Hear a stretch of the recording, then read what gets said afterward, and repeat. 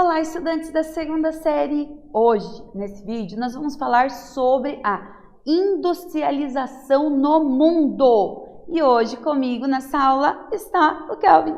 Oi, Kelvin, seja bem-vindo. Então, me acompanha, vamos lá. O objetivo, vocês sabem que para tudo tem um objetivo. E o objetivo dessa aula é, vamos ver aqui, entender a evolução industrial. Ou seja, como a indústria foi se modificando ao longo dos anos. Para quê? Para o nosso benefício, tá? E você? Diz aí para mim. Você sabe o que é o setor secundário? Opa, está em segundo lugar, mas o que é que está em segundo lugar? Você sabe quem foi James Watt? Já ouviu falar? E Taylorismo, meu professora, lá vem você com esses nomes todos esquisitos falando para nós. Não sabe o que é Taylorismo e Fordismo? Ah, professora, Fordismo, eu já vi um carro aí que chama. Então, é mais ou menos nessa linha que a gente vai trabalhar. Vamos lá? Me acompanha. Então, a indústria, tá? Como você está olhando aqui, ó, ela está dividida em setores. Todo produto que chega na sua mão, ele passa por setores. Ok? O setor primário, ele corresponde à agricultura, ao extrativismo, à matéria-prima que vai dar a transformação. O setor secundário, que é o que a gente vai trabalhar hoje aqui, é a transformação. A indústria, ela é o setor secundário. Ela nos mostra toda a parte dessa transformação. Ou seja, hoje a gente está utilizando muito álcool em gel. Todo mundo fala álcool em gel, álcool no geral, tá? Mas vejam bem aqui. Primeiro, teve que ser plantada a cana. Daí a cana passou pelo processo industrial. E desse processo industrial, transformou aí para chegar no álcool que vem para nossas casas, tá? Então, prestem atenção. O setor secundário da economia é a mudança, a transformação da matéria-prima para o produto industrializado, ok? Então vamos lá. A gente tem que entender que tudo passou por uma mudança relacionada à primeira, segunda e terceira revolução da indústria. Então a indústria ela foi se modificando conforme houveram as exigências nossas, tá? Porque antes tudo era produzido manualmente. Então você pensa, para você ir a um casamento, claro que hoje em dia está voltando meio isso, sabem?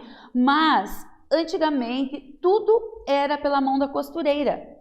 Você, tem um aniversário, um casamento, as meninas, né, já tinham que ir lá, escolher o tecido, levar para a costureira, escolher o modelo do vestido, tirar a medida, fazer...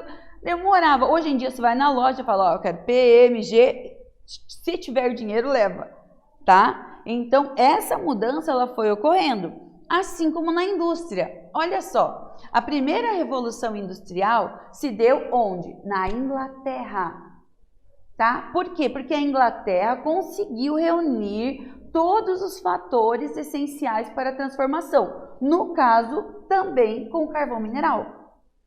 Tá? Lembrando, o carvão mineral, ele não é igual ao carvão do churrasco. Ele é uma rocha que quando aquecida, ele vai ter propriedades energéticas, ok? E depois outros, né, deram início, a Alemanha, a França, claro que daí isso foi uma corrida, ok? Os países foram se aperfeiçoando nesse modelo. E esse homem aqui, ó, aperfeiçoou a máquina a vapor. Quem ele era?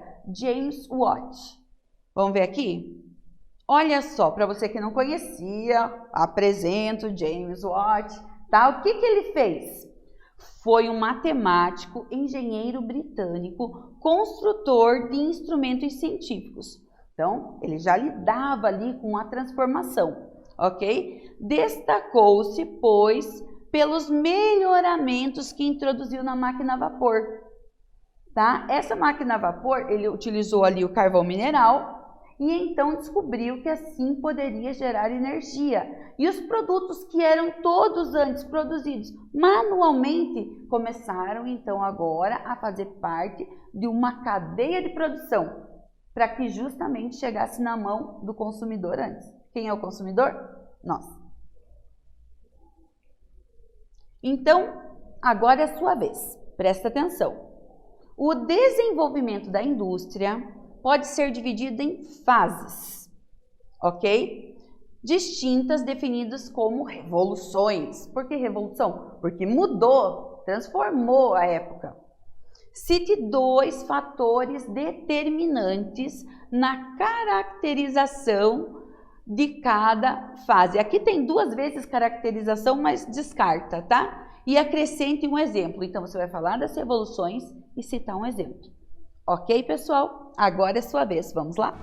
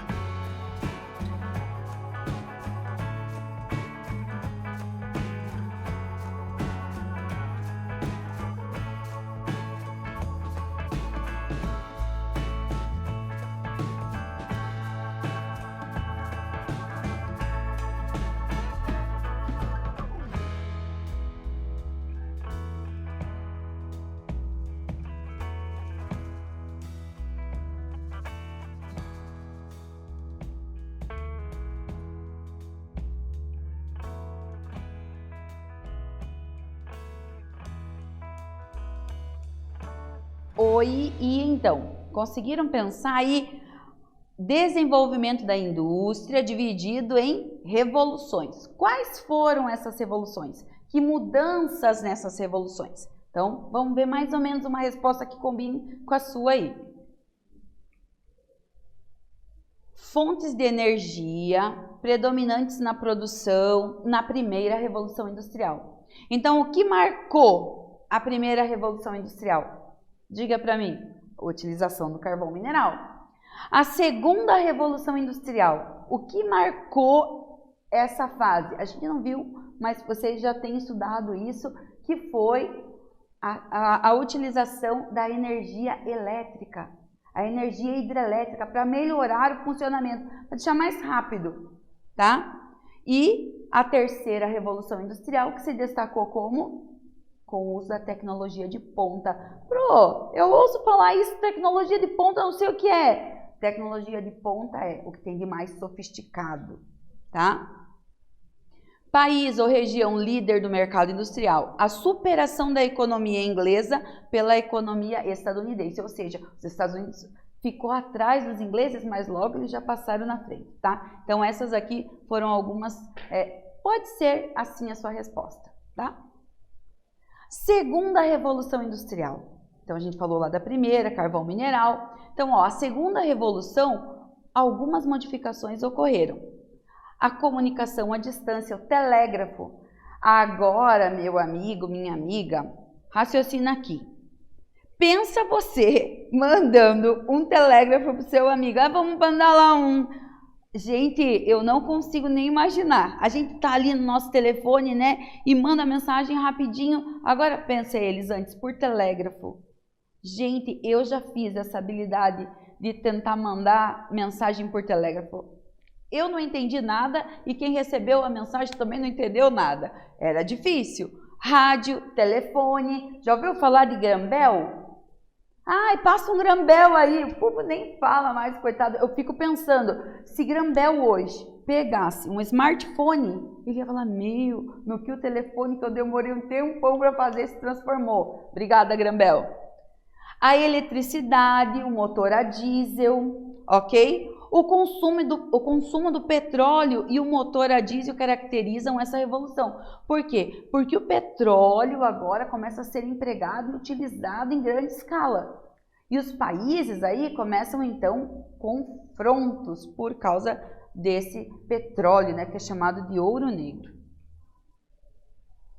E a terceira revolução industrial, eu dividi aqui em duas partes.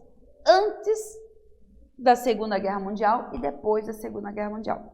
Por quê? Presta atenção aqui. A partir do século, que século é esse?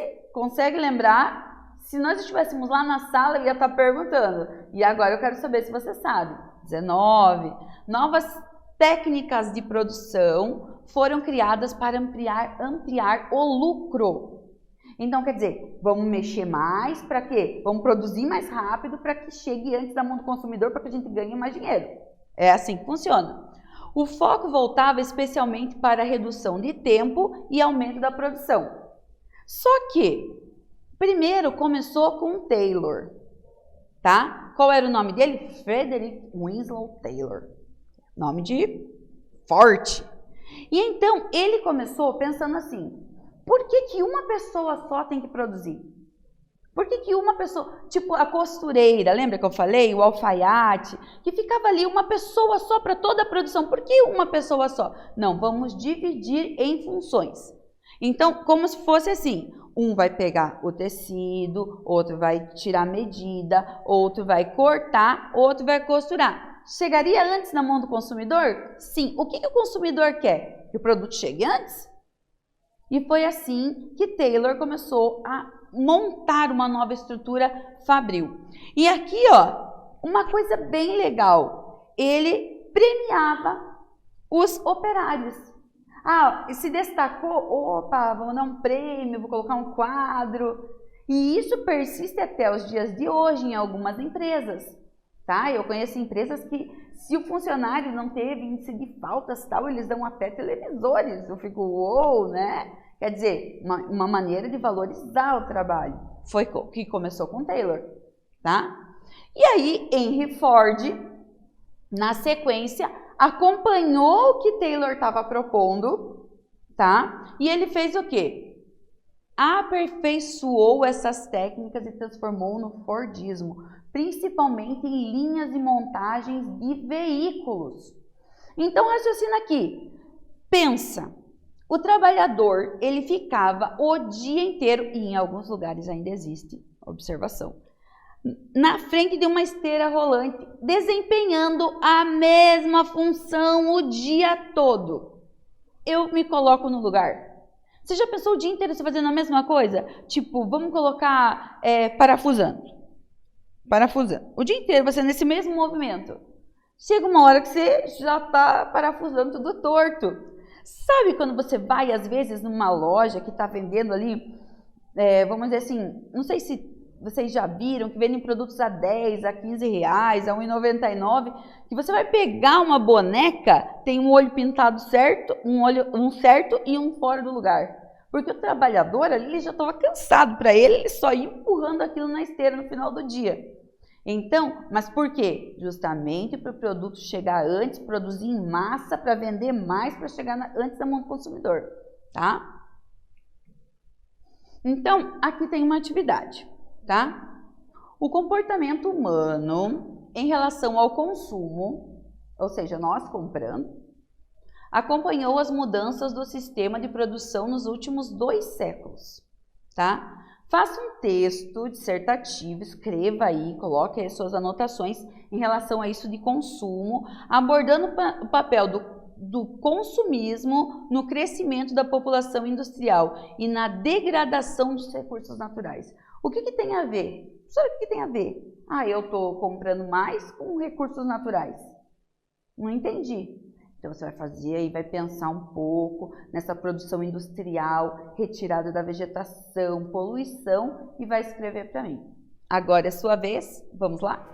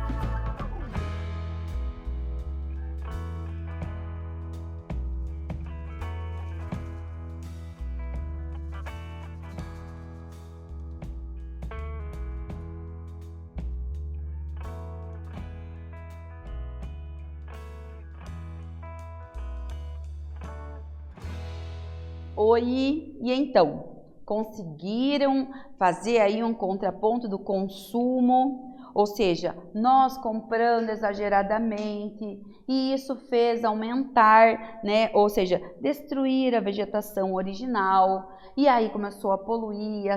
Vocês sabem que tem CO2, SO2, CFC, tudo isso vai contaminar, vai ter aí, então nós vamos ter questões de inversão térmica, chuva ácida, são vários fatores relacionados ao consumo e à indústria, tá? Vamos lá. Pós Segunda Guerra Mundial, o que aconteceu aí? Quais foram as mudanças? O período da Terceira Revolução Industrial pode ser entendido como a Revolução Tecnocientífica. Opa! Começaram então melhorias acima das melhorias? É isso aí. O que intensificou? O conceito da economia globalizada.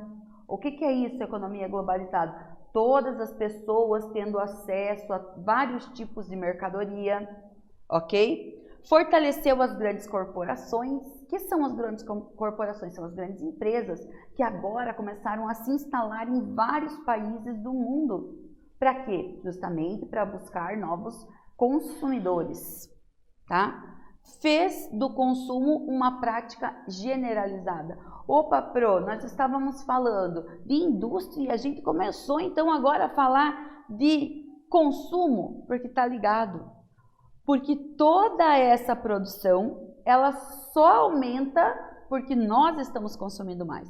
O número populacional aumenta e as nossas vontades também aumentam e a gente vai comprando conforme a gente tem necessidade. E alguns fora da necessidade, tá?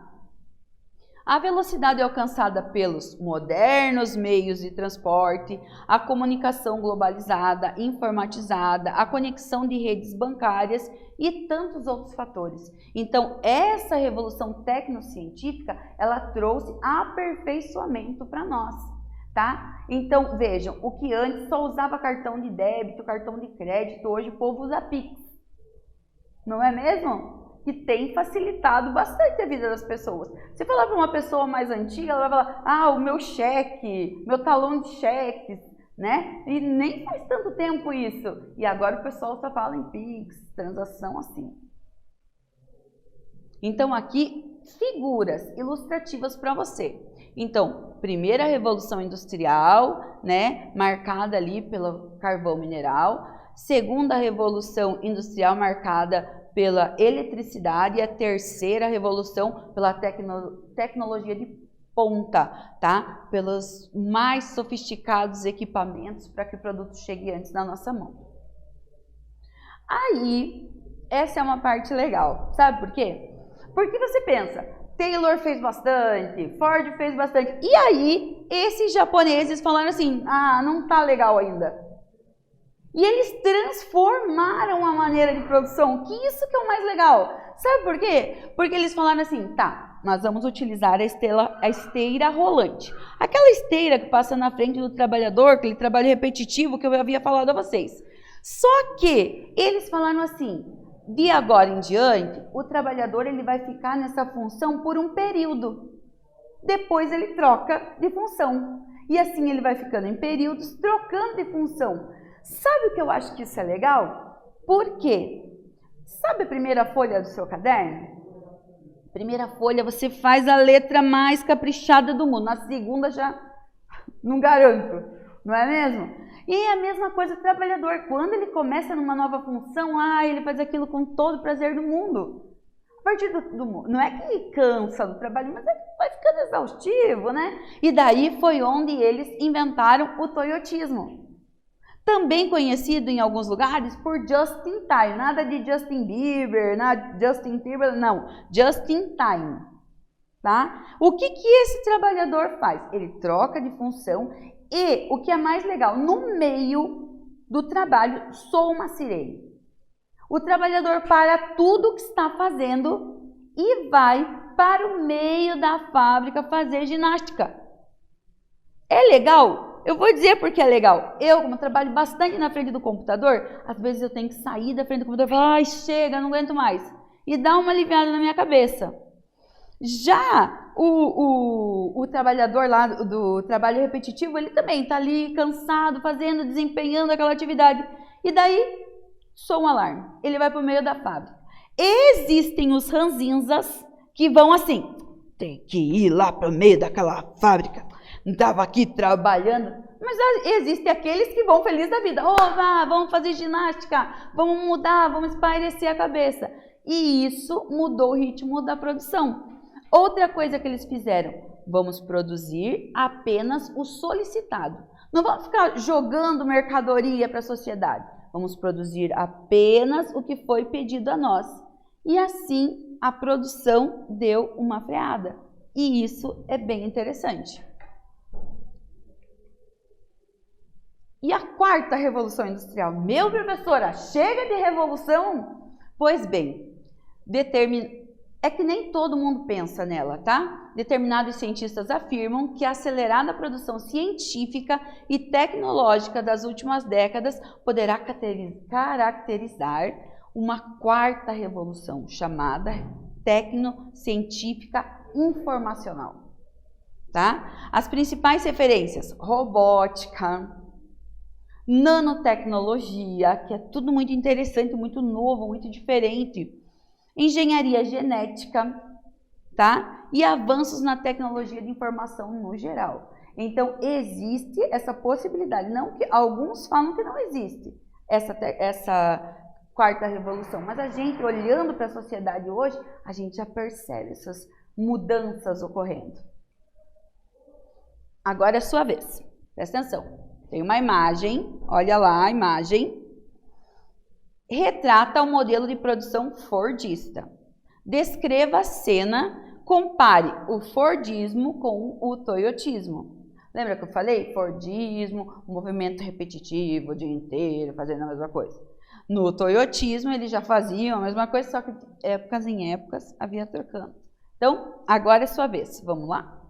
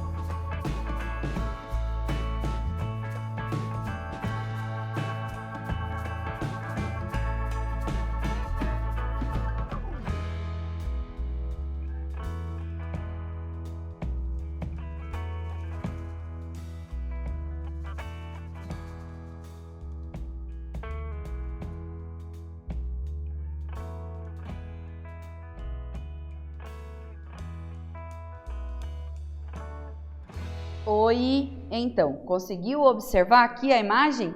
Olha lá, a esteira rolante, eles desempenhando a mesma função, tá? Então, vamos fazer uma comparação. mais ou menos aqui. O que a imagem está retratando? Operários trabalhando num ritmo, na esteira rolante, exercem repetidas vezes a mesma função, tá? No toyotismo, o que isso o toyotismo substituiu? Grande parte da produção manual pela automação. Só aperta um botão. Antes tudo era pessoa ali na fábrica, agora aperta o botãozinho, beleza. Os grandes estoques de mercadoria pelo just in time, ou seja, o que é isso? Produziu apenas o necessário, o que era encomendado, tá? Atividade repetitiva pela flexibilização de mão de obra, ou seja, troca de lugares ali na fábrica, para você conhecer todas as funções da fábrica e assim você ficar, poxa, agora estou numa função nova e melhorar, quem sabe, o desempenho. Trabalho individualizado pelo trabalho em equipe, tá? Porque daí eles colocam assim, essa equipe está com essa função, aquela que deu, a pessoa se anima, fala, agora nós vamos para frente, agora nós vamos fazer o nosso melhor. E é isso aí. Bom, nessa aula nós estudamos sobre a evolução da indústria no cenário internacional. Espero que vocês tenham entendido. Um abraço e até mais!